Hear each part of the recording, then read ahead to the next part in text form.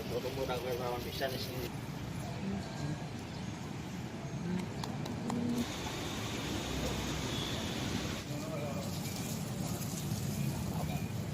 Muni niya po.